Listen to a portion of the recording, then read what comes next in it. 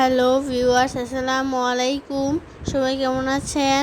আমরাও ভালো আছি। শবনম ডেইলি ব্লগ থেকে চলে এসেছি নতুন একটি ভিডিও নিয়ে। আজকে কাচকি মাছ রান্না করব, তাই প্রথমেই কাচকি মাছগুলোকে ভালোভাবে ধুয়ে নিয়েছি।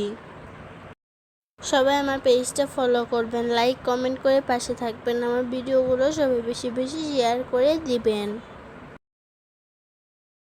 পেঁয়াজ, কাঁচামরিচ ও আলু কেটে নিয়েছি। চুলায় কড়াই বসিয়ে তাতে তেল দিয়ে দিচ্ছি।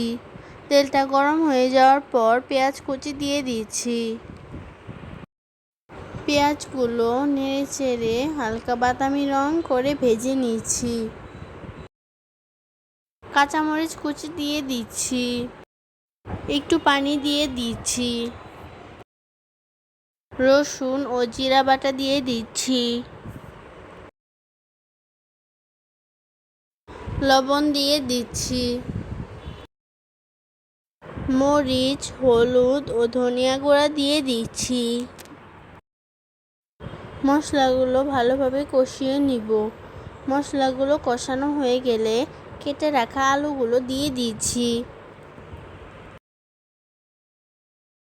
কাচকি মাছগুলো দিয়ে দিচ্ছি। মাছগুলো দেওয়ার পর কিছুক্ষণ জাল দিয়ে নিব। আমাদের তরকারি রান্না হয়ে গেছে। সবাইকে অনেক ধন্যবাদ ভিডিওটা শেষ পর্যন্ত দেখার জন্য।